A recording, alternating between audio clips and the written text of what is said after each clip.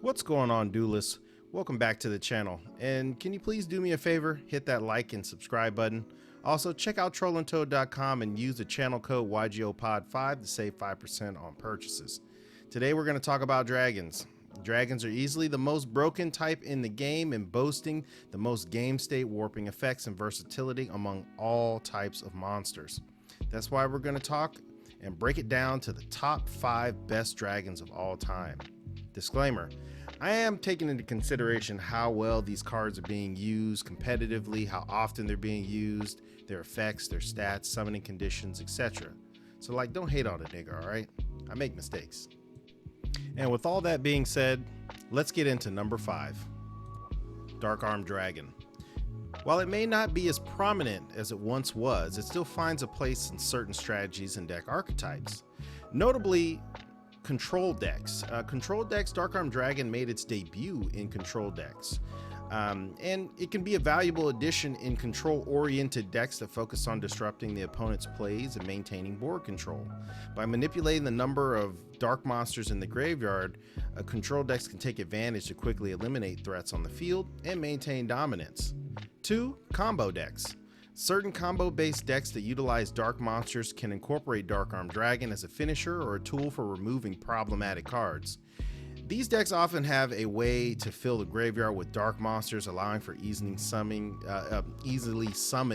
and activating of its effects. 3. Chaos strategies. Dark Armed Dragon fits perfectly into chaos-based strategies that revolve around the synergy of light and dark monsters. By banishing specific combinations of light and dark monsters, duelers can trigger other card effects, generating card control while getting advantage and clearing the opponent's field. And 4. Link-based strategies. With the advent of link summoning, Dark Armed Dragon can find its place in decks that focus on link monsters. By banishing the appropriate monsters from the graveyard, duelists can special summon the dragon, then use it as material.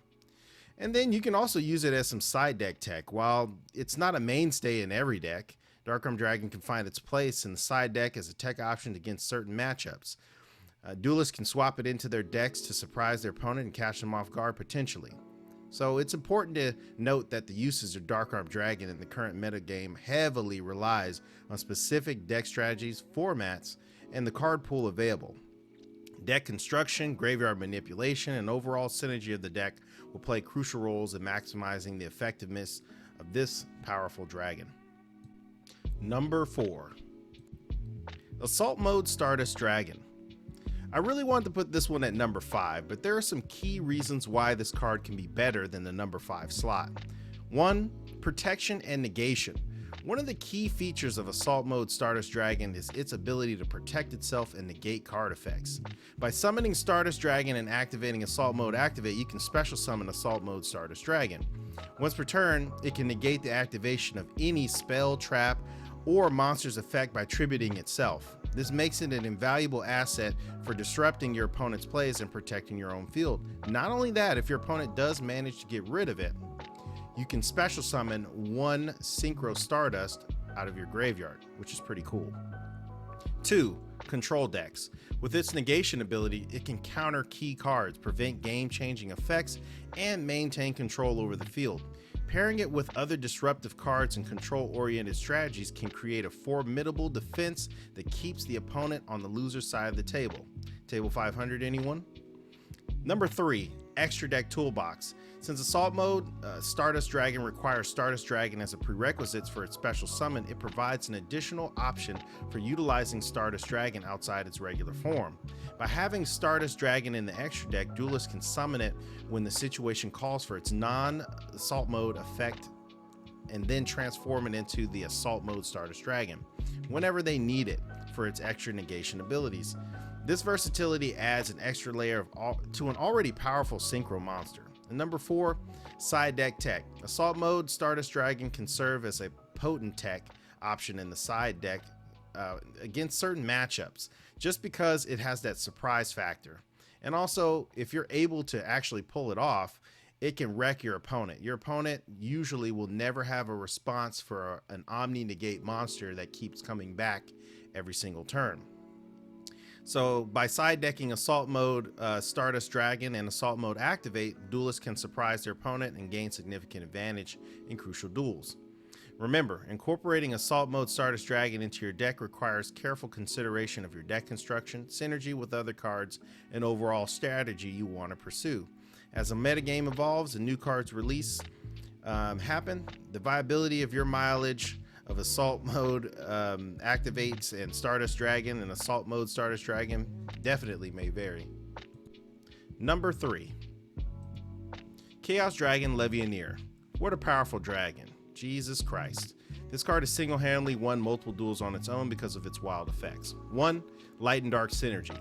Chaos Dragon Levianeer thrives in decks that incorporate both light and dark attributes.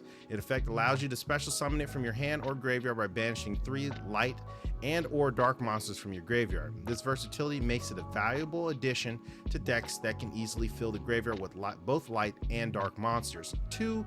Power and Destruction and Restoration. So once Chaos Dragon Levianeer is on the field, it can shift the tide of the duel. By banishing both light and dark monsters, you can destroy up to 2 cards on the field when it's summoned. If you banish all light monsters from your graveyard, you can special summon a monster from your graveyard in defense position. This effect not only helps in maintaining field presence, but also facilitates combos and further plays.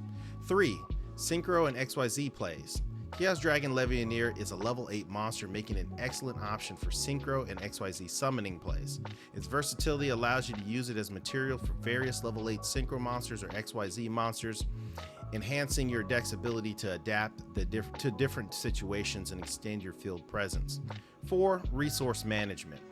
With the ability to special summon itself from hand or graveyard by banishing light or dark monsters, Chaos Dragon Levianeer assists in managing graveyard resources very well. It can remove 1 card out of your opponent's hand if all dark monsters were banished from the graveyard, and this is not only a powerful effect, but one of its many card effects. 5. Side deck tech. This is probably where its viability has very little viability. I suppose that if you're going to use this card, you're going to have to go in full, like it's going to have to be a part of your main strategy. So I think that that's the only downside for this card, is that there's not very much side deck tech to this card. If you're going to use it, it's definitely going to be in your main deck. So Chaos Dragon Levianeer is a force to be reckoned with for sure, offering a combination of destruction, recovery, and flexibility. It is impactful on the field, and its ability to turn tide of the duels is second to none. Number 2. Borrelwood Savage Dragon. This card is savage, literally. 1. Negation and Protection. One of the key features of Borrelwood Savage Dragon is its effect to allow you to equip it with link monsters as material and gain Borrel counters equal to their link rating. Once per turn, it can negate the activation of a spell, trap, or effect monster's effect by removing 1 Borrel counter, making it a potent tool for disruption and protection. Not only that, it gains attack equal to half of the link monster that it's equipped it with attack. This effect enables you to counter your opponent's plays and maintain control over the field. 2. Adaptability and Synchro Toolbox. As a level 8 Synchro monster, it provides flexibility in the deck by serving as a versatile toolbox option. With its generic Synchro summoning requirements, it can fit into various deck strategies that involve Synchro plays, allowing you to adapt to different situations and taking advantage of its negation capabilities. 3. Link Monster Synergy. Borrelwood Savage Dragon excels in extra deck creation that utilizes link monsters, as it can be equipped with link monsters as material. This opens up synergy with link-based strategies, providing additional protection and negation alongside your link monsters. It creates a strong defensive line while offering offensive capabilities by countering your opponent's moves. 4. OTK potential. Borrelwood Savage Dragon can contribute to OTK strategies by combining its negating effects with its attack gaining effects and other card effects that grant it additional attacks or damage boosts. By protecting your own monsters and denying your opponent defensive options, you can create devastating plays that lead to swift victories.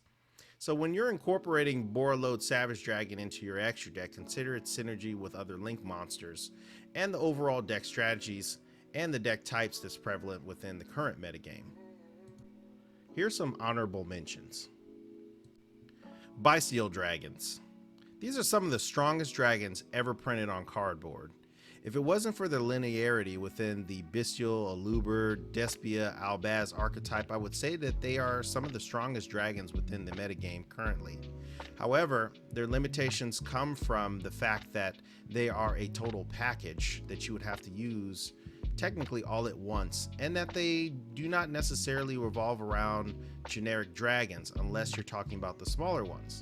If you want to use Lubellion is not going to net you any good effects unless they have to do with continuous traps within the Albaz lore. Secondly, Chaos Emperor Dragon Dragon of Armageddon. This is definitely a very strong card. I believe that it's used very minimally within the metagame due to the fact that it's not a very common card for most players to possess. I think with more reprints ahead for this card, we will see more play, but for now, it is just untested. And finally, number 1. BORRELSWORD Dragon. Hot damn. This card has hands down beaten more players than any other card. It still beats players that don't expect it. It's a beastly dragon and it literally doesn't have an equal.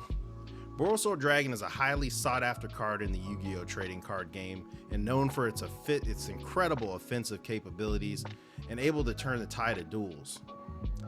1, it's an offensive powerhouse. BORRELSWORD Dragon is renowned for its exceptional offensive abilities. This card gets an extra attack for each battle phase by activating an effect that your opponent cannot respond to, effectively making it spell speed 4. And it cannot be destroyed by battle, so this card can instantly ram into other cards without consequences. 2, versatility and deck strategies. BORRELSWORD Dragon is a flexible card that can fit into various deck strategies due to its generic summoning requirements. Whether you're playing a link-focused strategy, a combo-oriented deck, or even a control-based archetype, if you throw in a BORRELSWORD Dragon, you can easily edge out your opponent in the most offensive type of way. 3, game finisher and closer. With its ability to make multiple attacks and its potential to reach high attack values by gaining half of a monster's attack each time it attacks, BORRELSWORD Dragon can serve as a finisher that secures victory in crucial moments. 4, link climbing. BORRELSWORD Dragon can be utilized in link climbing strategies where you aim to summon multiple link monsters in a single turn.